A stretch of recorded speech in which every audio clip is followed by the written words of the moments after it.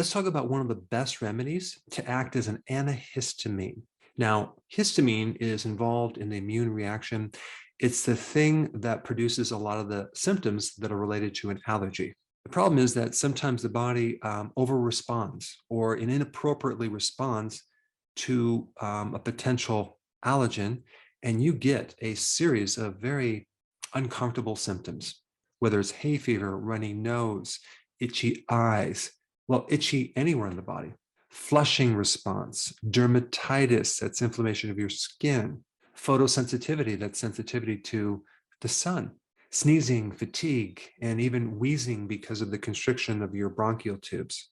And the more histamine reaction you have, the more cortisol response you're going to have too, because cortisol is the natural body chemical that helps to neutralize these histamines. And if someone has adrenal fatigue, or let's say they have a low cortisol going into some allergy reaction, they're not going to have this buffering effect or antidote to histamines. And so the histamines are just going to rise way too high. So I want to give you a natural remedy that you can use as needed to help minimize these histamine symptoms. And this remedy is quercetin. Quercetin has been thoroughly studied from a lot of different angles. And there's some really great studies that I'm going to list down below that you can check out. So what does it do? Well, it inhibits the cells that make histamines. They're called mast cells. And so a mast cell is an immune cell that releases histamines. And so if we can inhibit the mast cell, we can reduce the histamine. Quercetin also directly inhibits the histamine response. And it also stabilizes the mast cell membrane, which is exactly how a lot of antihistamines work. So you can look at quercetin as a natural Zyrtec.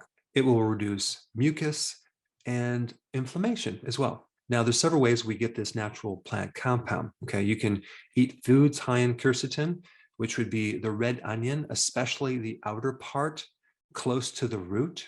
It's in capers, it's in kale, it's in dill, and it's even in radishes. But you can get quercetin in a supplement.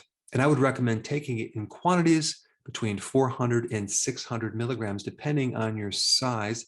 And because there's a half-life of quercetin, roughly about 2 hours, I would take it every 2 hours until you get some significant relief. Now, the thing about these plant-based compounds is a lot of them are fat soluble, including quercetin. So you would want to take it with a little bit of fat to increase the absorption. You can take it with a little bit of coconut oil or butter. All you need is just a little bit.